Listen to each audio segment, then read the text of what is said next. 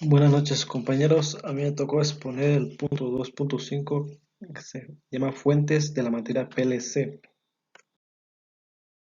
Como introducción, la fuente de poder o de alimentación es el dispositivo que se encarga de transformar la corriente alterna de la línea eléctrica comercial que se recibe en los domicilios en corriente continua o directa, que es la que se utiliza en los dispositivos electrónicos tales como televisores, computadoras, suministrando los diferentes voltajes requeridos por los componentes, incluyendo usualmente la protección frente a eventuales inconvenientes en el suministro eléctrico, como la sobretensión.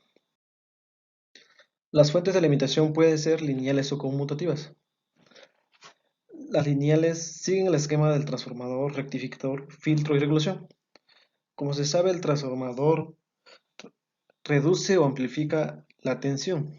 El rectificador se encarga de la conversión de voltaje interno a onda completa.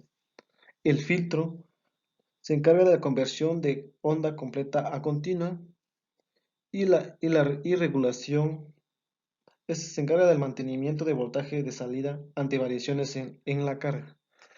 Las fuentes conmutativas, estas en cambio convierten la energía eléctrica por medio de conmutación de alta frecuencia sobre transistores de potencia.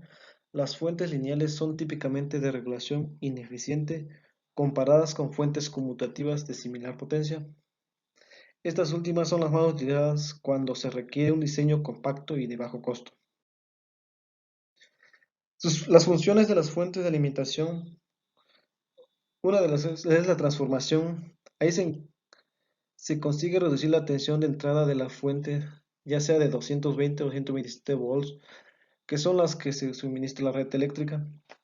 Ahí participa un transformador en bobina. La salida de este proceso genera de 5 a 12 voltios. La rectificación tiene el objetivo de asegurar que no se produzcan oscilaciones de voltaje en el tiempo. Se intenta con esta fase pasar de corriente alterna a corriente continua a través de componentes que se llaman puente rectificador o de Gauss. Esto permite que el voltaje no baje a 0 voltios y siempre se mantenga por encima de esta cifra. El filtrado. En esta fase se aplana al máximo la señal. Eso se consigue con uno o varios condensadores que retienen la corriente y la dejan pasar lentamente, con lo que se logra el efecto deseado. Estabilización. Cuando se dispone ya de la señal continua y casi de todo tono plano, solo resta estabilizarla por completo. La fuente de alimentación para un PLC. La fuente de alimentación es necesaria para convertir la red voltaje a bajo en corriente directa a 5 volts necesarios para el procesador y los circuitos de módulos de interfaz de entrada y salida. La alimentación a la CPU puede ser continua de 24 volts de corriente continua, tensión muy frecuente en cuadros de distribución o en alterna de 110 a 220 volts en corriente alterna. En cualquier caso, es la propia CPU la que alimenta las interfaces conectadas a través del bus interno. La alimentación a los circuitos de entrada y salida puede realizarse según tipos en alterna a 48, 102 o 220 volts o en continua de 12, 24 y 48 volts. La fuente de alimentación del autómata puede incorporar una batería tapón que se utiliza para el mantenimiento de algunas posiciones internas y del programa de usuario en memoria RAM cuando falla la alimentación o se apaga el autómata. La fuente de alimentación suministra corriente continua a otros módulos que se conectan al bastidor. Para grandes sistemas de PLC, este fuente de alimentación normalmente no suministra energía al dispositivo de campo. Con sistemas más grandes, la energía para dispositivos de campo es proporcionada por fuentes externas de corriente alterna o corriente continua. Para algunos sistemas de micro PLC pequeños, la fuente de alimentación se puede utilizar para alimentar dispositivos de campo tal como se muestra en el diagrama de bloques Un PLC está formado por una CPU central, está alimentada por una fuente de tensión continua y necesita conectarse con sensores y actuadores.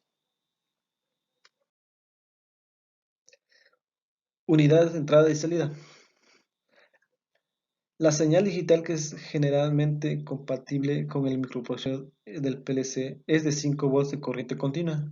Sin embargo, el acondicionamiento de la señal en el canal de entrada con aislamiento permite suministrarle una amplia gama de señales de entrada. Puede haber una variedad de entradas disponibles con un PLC más grande, por ejemplo 5, 24, 110 y 240 volts digital o discreto, es decir, en sentido apagado, en señales. Es probable que el PLC pequeño tenga solo una forma de entrada, por ejemplo, de 24 volts. La salida de la unidad de entrada y salida será digital con un nivel de 5 volts. La salida. Sin embargo, después del acondicionamiento de la señal con relés, transistores o triacs, en la salida del canal de salida puede ser una señal de conmutación de 24 volts a 110 miliamperes